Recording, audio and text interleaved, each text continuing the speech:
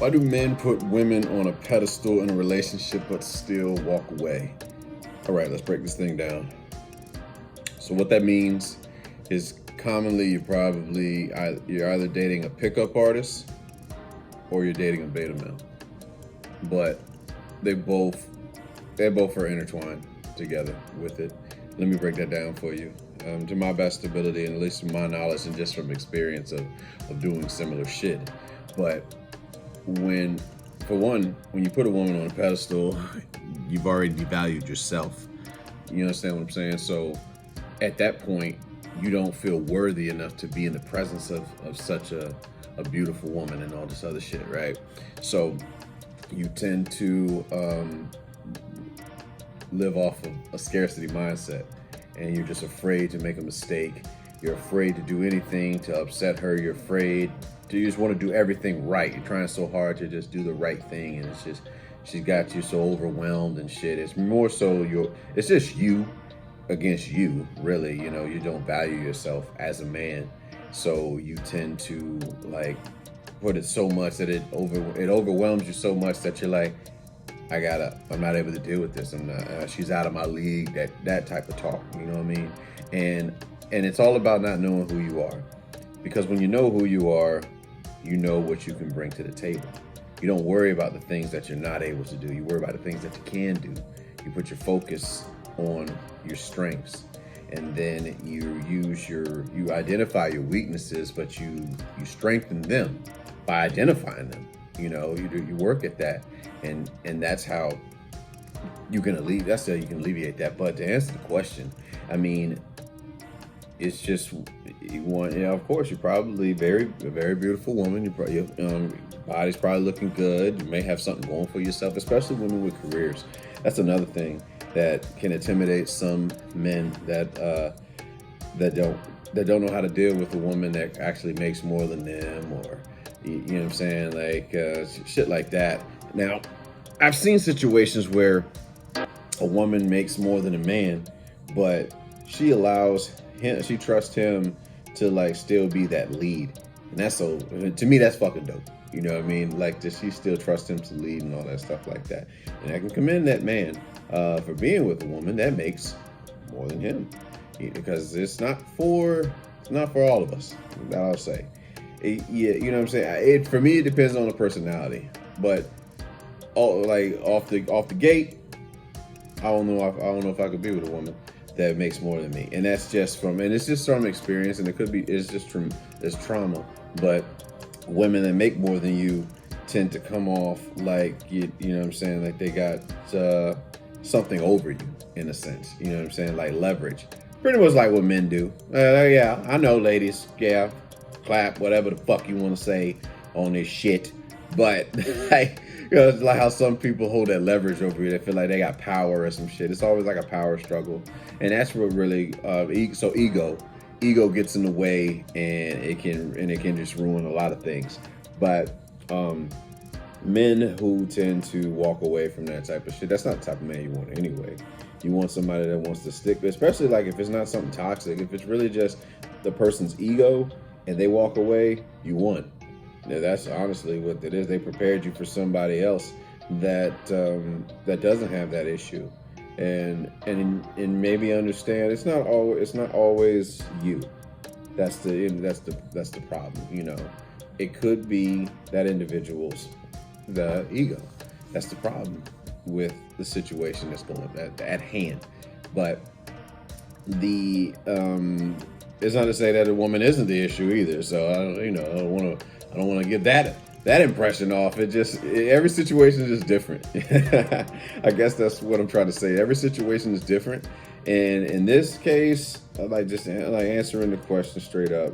The man left on ego. He left because he didn't value himself. Now, if he doesn't value himself, why would you? And it's going to show anyway. You have to do everything you can to know who you are, learn who you are, and realize what you bring to the table. And things tend to work better in your favor. It's not to say that things still won't happen, but confidence is sexy on either side.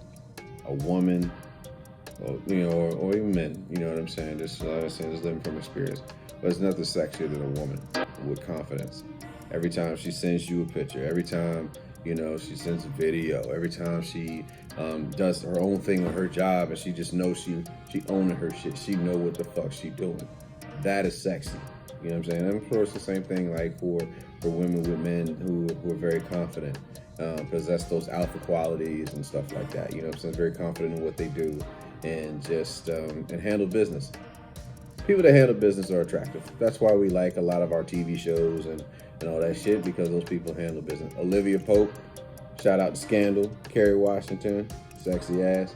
You know what I'm saying? Women like that, you know, they handle their fucking business. And it's like, you know, you love to see shit like that. Or, I don't know, any other show, whatever was it, Luther with my, fuck is it, Idris Elba? I'm not fucking say the shit right, but you get what I mean. Like, just like his character, the way they just handle fucking business. Dwight Schrute, if you're into The Office, Dwight handles fucking business. Bears beats Battlestar Galactica, you know? And big Office fan, but there's so much that goes into that, you know, when it comes to like obtaining your confidence, and you have to recognize who you are and be honest with who you are, and own that shit. You also can fake it till you make it too. That's another thing that works, but you got to stand on it. You got to stand on your shit. You might be in a low self-esteem or something like that, but you got to stand on your shit. So, why men walk away? Low self-esteem. Ain't got shit to do with you. Handle your business.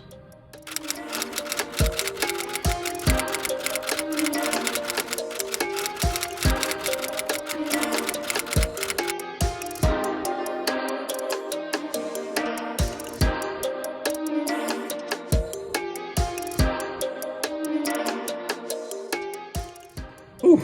Okay. What advice would I give to someone who wants to commit suicide? Full disclosure. There's been plenty of times where I've thought about not being here anymore myself. So I guess I'll just say what I've learned from talking my own self out of even the idea of doing so. Remove that fucking ego. I'm not saying that's all it is, you know. I mean, there's different situations with that, but I'll just speak on my case, because I don't know everybody's individually, but remove that ego. The ego wants you to act like nobody's there for it. Nobody cares about you. The ego will have you feeling like the people around you don't give a fuck about you. And it could be just that the level of attention that you once had, you don't have it anymore, and you just refuse to let go of that. Your ego is so used to that. But somebody that wants to commit suicide, I would just remind them how important the world wouldn't be the same without you if you were to make that decision. There are people that love you that you may not recognize. You might not getting that love from the people that you want it from, but there's love out there for you. And that's the hard part. We're always going for what's familiar versus what's actually best for us. So people that genuinely care about you, that shoot you those text messages damn near every day to say good morning or great rising, if you're, you know, what I've been doing lately, or, you know, those people that check on you even if you don't check on them. Those people that show just an unconditional love towards you. They know it's not transactional, you know, and that alone is just proof that you are valuable. And to see that, and because again, a lot of people go through so much shit, and especially like our self-esteem takes a hit anytime we log on to social media and we see other people living lives with their highlights, because it's all just fucking highlights. Not showing the bad shit up there, but I mean, we're just at a point in time where people are just so insecure that they have to show their lives so much through social media. And then there's some people up there that are just feeling so bad, and they just wish, you know, they're looking at other people's lanes. And one more thing to say is that practice gratitude. Realize what you do have instead of what you don't. Your focus is everything.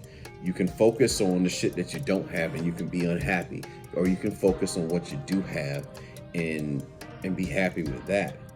You know what I mean? And everything varies today because technology moves so fast. We want everything bam, bam, bam, right now. But success, it's different for everybody. But success, it takes some time to get success for a lot of us, most of us really. And you have to understand that you're going to require self-discipline in order to get that. And you know what I'm saying? Like when it comes to being suicidal in a sense, there's a sense of loneliness that comes with that. And I would recommend that you get sunlight. Vitamin D definitely helps. You know, you can get like a sense of dopamine from the sunlight. At workout, exercise, talk to people.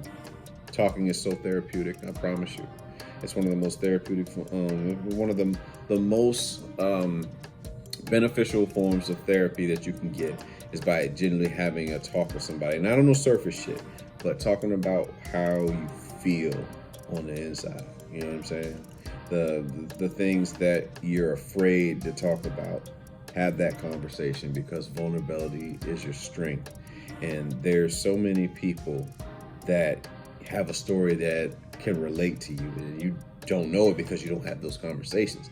But if you have these conversations, you'll be able to realize, damn, man, I went through that very same shit, man. How'd you get through it? And then you can learn on ways on how you can get through your shit. I want to reiterate the fact that you're important. I need you to know how important you are to this world and what you can, your objective. You have yet to reach your purpose. Your purpose is to leave an impact on this world before you leave in a positive way.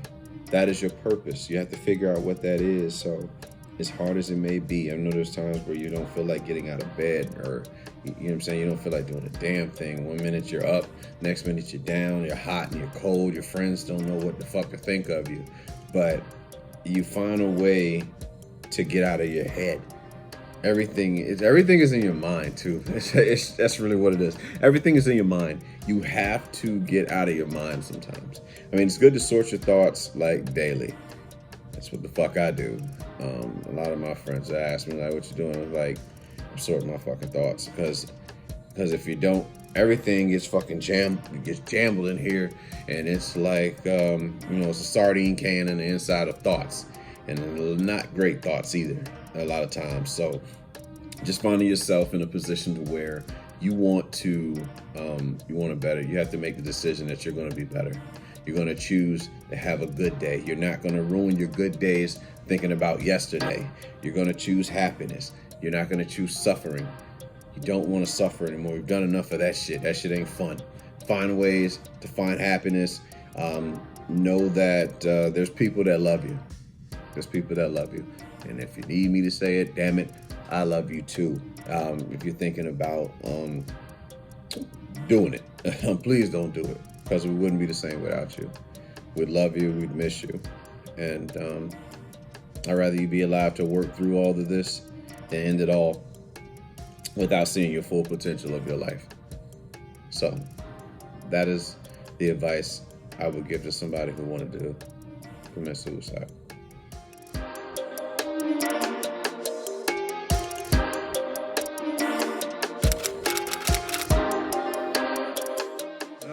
Man, what do you feel is missing in music today? Love. You gotta have love. Whatever you're doing, you gotta have a love for it. You know, the effort to putting love into it. You know what I'm saying? Like really, just my R&B today. I'm sure, like from a mainstream standpoint, I feel like there's more hip hop into the R&B than that of like the soul. You know what? Love, soul, and effort. That's what I feel like is missing in the music today. And what I mean by music, I mean, I guess I'm not so I wasn't the biggest rock fan growing up, so I'm not able to say if it's missing something or if it's gained something, so I'm not able to say that. But as far as R&B and hip hop goes, I miss that soulful feeling that I was fortunate enough to grow up with. and in R&B, just that, yeah, I'm missing the soul. Something about love. I couldn't imagine what the fuck is played at the prom. You know what I'm saying? With like today's music, like, Last Dance, we, got Migos, something like that. But I feel like the love and the effort and the soul is missing out of the music today. And I want to hear that. I want to feel that. I don't even fuck to hear. I want to feel that music. I need something that is going to just take me to a place, because that's what music, I feel like that's what music should do. It should take you to this place. It takes you to where this art, you can feel the artist right then and there. Like listening to the likes of an Adele or an Amy Winehouse or a Her, or even Tiana Taylor, is another one that you can just feel, man. I love what she does. I mean, she's current music today, but like there's this feeling of like love and soul that that was in I feel like was in the music of the 70s and that of the 80s and even 90s too. Maxwell, you know what I'm saying? Mary J. Blige made you feel that motherfucker screaming at me all the goddamn time. And or even Pac, you know what I'm saying? Just how Pac was. Everything was here from the motherfucking diaphragm when he rapped, and just being able to feel the artist. And music is so it can be very uplifting, and when it hits you, you feel no pain, and it's just one of those things where you can just escape. It really was an escape, and RIP to somebody that helped me escape. A few of them really, but specifically DMX, middle school kid. A lot of emotions and all that other stuff, but to hear Get At Me Dog, to hear I Can Feel It, like there's certain lyrics and things that you can just hear, and how his connection with God, and me being raised in the church and hearing the prayers that he would always have on the albums and all that stuff. He made you feel that, and he left his impact on this earth, and he put his heart, his love, his soul, and his effort into his music. And I feel like a lot of artists are missing that today, and they don't have that impact. Like, you have to ask yourself, what are people going to say 10 years from now when they hear my shit? Are they still going to feel it? Like Nas, man, you know what I'm saying? Jay stuff, like Song Cry. You had to be in high school to understand what it felt to hear that intro, you know what I'm saying, to Song Cry, and no, matter of fact, when Jaguar Wright did the live version of Blueprint for the MTV Unplugged, like, one, we was kids, so it was like crazy hip hop fans. So to see Jay-Z on MTV Unplugged, but Jaguar Wright, if you never heard the song before, I need you to go to YouTube. I need you to look up Jay-Z MTV Unplugged Song Cry and just listen to Jaguar Wright. You feel that motherfucker. It's just one of the greatest versions of that song to me. But you just feel everything. You feel Song Cry, the original song, because I think I've got a lot of, you're middle school, this is high school this time, and then just breakups. But you feel that. You feel those emotions and all of that, and that music, just like it said, I can't see it coming down my eye, but I gotta let the song cry. So you hear this music, man, and you're just like, wow, I'm sure there are artists that are out today, but none of the thing that I've heard like through radio. Radio is like, it's not for that. I don't feel like that's the push right now for that type of sound. And I think that we should get back to that soul, put into that music. You understand me? That music. And to make people feel shit.